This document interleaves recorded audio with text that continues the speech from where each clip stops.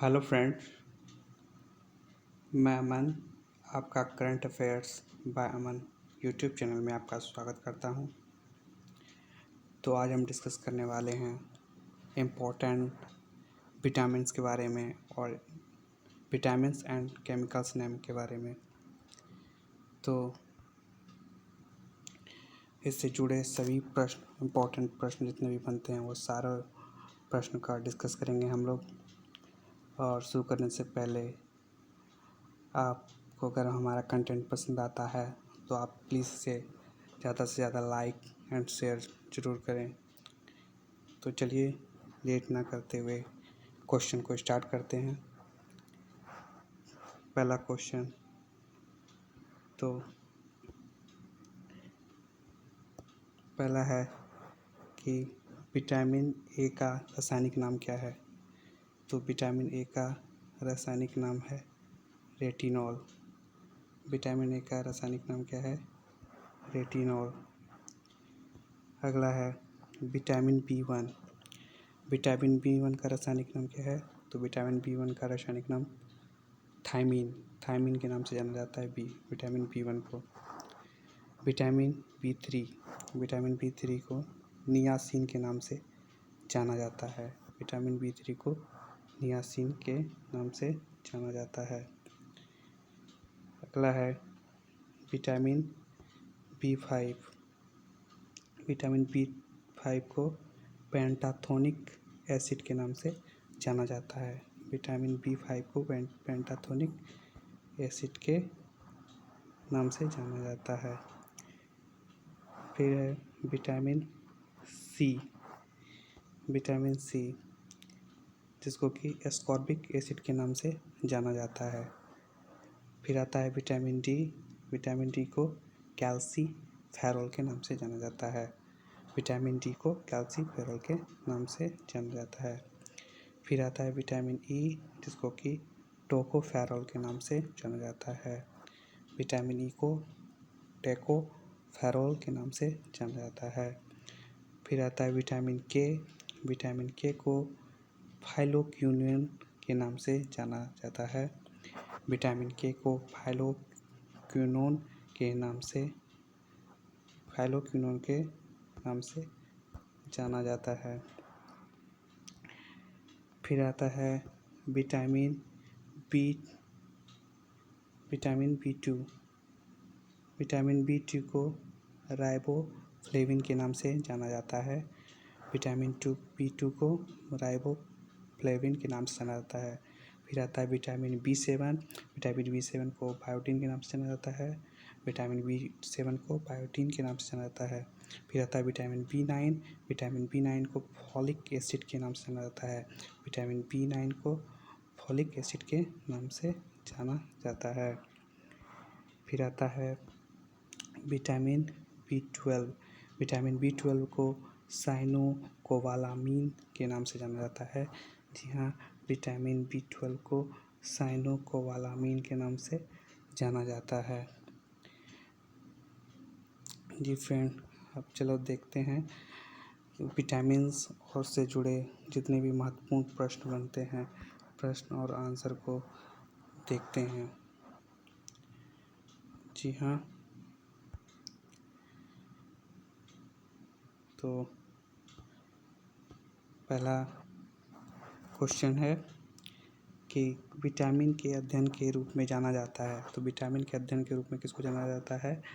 तो विटामिन के अध्ययन के रूप में जाना जाता है विटामिन विज्ञान को, विटामिनोलॉजी यानी विटामिन विज्ञान को विटामिन के अध्ययन के रूप में जाना जाता है।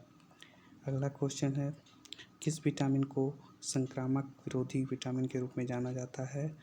तो विटामिन ए को संक्रामक विरोधी विटामिन के रूप में जाना जाता है। अगला क्वेश्चन है, पत्तेदार सब्जियों में विटामिन ए का स्रोत क्या है?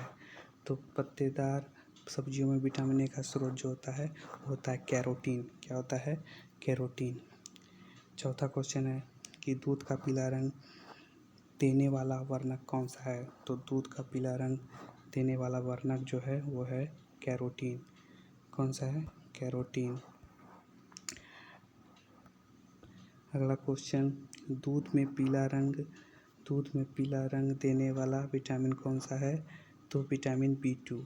विटामिन B2 जो है वह क्या है? दूध में पीला रंग देने वाला विटामिन B2 है। अगला क्वेश्चन है 6 नंबर क्वेश्चन, बिना पका हुआ चावल किस विटामिन का एक समृद्ध स्रोत है? बिना पका हुआ चावल किस विटामिन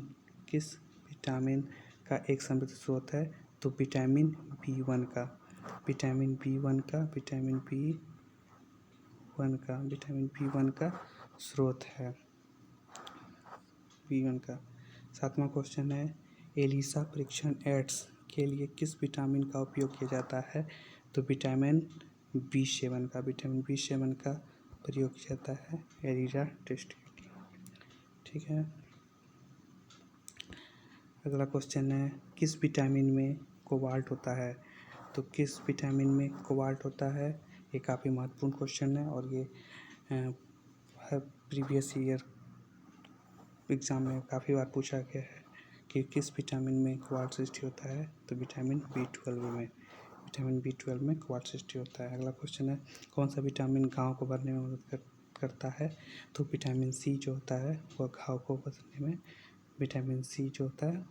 भरने में मदद करता है। अगला क्वेश्चन है, कौन सा विटामिन रक्त के थक्के जमने में मदद करता है? तो विटामिन K जो होता है, विटामिन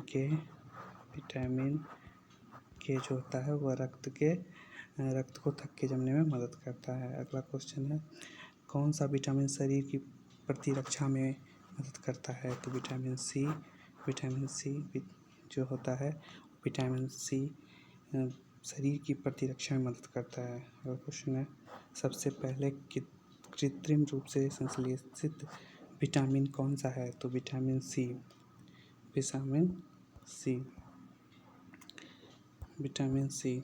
ठीक है। अगला क्वेश्चन है, कैल्शियम के अवशोषण में कौन सा विटामिन मदद करता है? यहाँ कैल्शियम के अवशोषण में कौन सा विटामिन मदद करता है? तो विटामिन डी जो होता है वो कैल्शियम के अवशोषण में मदद करता है। अगला क्वेश्चन है, विटामिन डी का महत्वपूर्ण स्रोत क्या है? तो सनलाइट यानी धूप जो होता है, जो सूर्य से प्रकाश मिलता है, वो विटामिन डी का सबसे महत्वपूर्ण प्राकृतिक स्रोत है। अगले क्वेश्चन की तरफ चलते हैं, विटामिन B12 में मौजूद धातु कौन सा होता है? तो विटामिन B12 में 12 में मौजूद धातु जो होता है वो होता है कोबाल्ट यानी C60 जो होता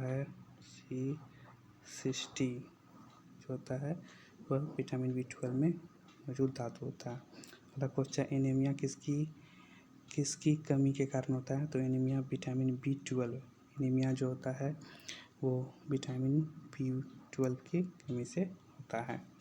अगला है, स्कर्वी की कमी के कारण क्या होता है? तो स्कर्वी की कमी के कारण होता है विटामिन C।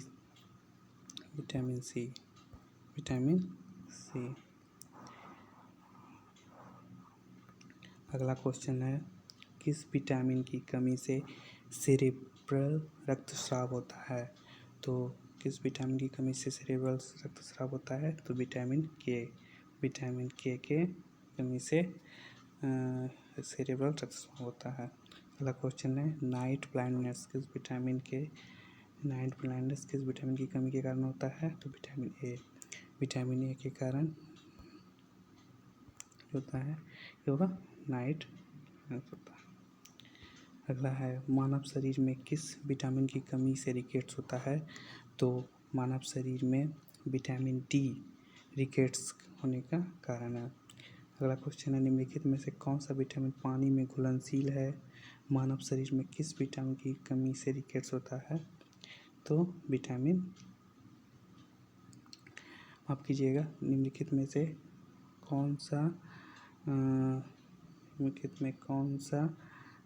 कौन सा विटामिन पानी में घुलनशील है? तो विटामिन सी पानी में घुलनशील है। और बात की जाए अगर कि मानव शरीर में किस विटामिन की कमी से रिकेट्स होता है, तो विटामिन डी की कमी से रिकेट्स होता है। ठीक है, विटामिन डी की कमी से। अगला क्वेश्चन है कि निम्नलिखित में कौन रक्त के थक्के जमने में मदद करता है, तो विटामिन की रक्त थक्के जमने में मदद करता है। दोस्तों, अगर आपको मेरा कंटेंट पसंद आ रहा है तो आप हमारे चैनल करंट अफेयर्स बाय अमन को ज़्यादा से ज़्यादा शेयर लाइक करें और लोगों को पहुंचाएं, ताकि उनको विटामिन्स और इसके रासायनिक नामों को पढ़ने के ये प्रत्येक एग्ज़ाम में पूछा गया है। तो चलिए चलते हैं अगले क्वेश्चन की तरफ। विटामिन की कमी से किस कमी से बेरी रोग का मुख्य कारण है विटामिन, तो विटामिन B1 जो होता है B1 वो बेरी रोग का मुख्य कारण है। अगला क्वेश्चन है मनुष्य में कितने प्रकार के पानी घुलनशील विटामिन होते हैं, तो 9। उस विटामिन का नाम बताइए जो हमें प्लेगरा रोग से बचाता है, तो विटामिन बी थ्री जो होता है वो हमें प्लेगरा रोग से बचाता है। अगला क्वेश्चन है किस विटामिन की अधिकता के कारण जिगर की क्षति होती है, तो विटामिन B3 के कारण जिगर की क्षति होती है। अगला क्वेश्चन है उस विटामिन का नाम बताइए जो मस्तिष्क के स्वास्थ्य के लिए आवश्यक है, मस्तिष्क के स्वास्थ्य के लिए आवश्यक है, तो vitamin B6, B9 and B12। Vitamin B6, B9 और B12 जो है वह मस्तिष्क के स्वास्थ्य के लिए आवश्यक है। जन्म दोषों को रोकने के लिए गर्भावस्था में के शुरुआती चरणों में एक महिला के लिए निम्नलिखित में कौन सा सबसे ज़रूरी पोषक तत्व है, तो फॉलिक एसिड। जो गर्भावस्था में इसके शुरुआती चरणों में महिला के लिए जो सबसे ज़रूरी पोषक तत्व होता है वो होता है फॉलिक एसिड। क्या होता है, फॉलिक एसिड।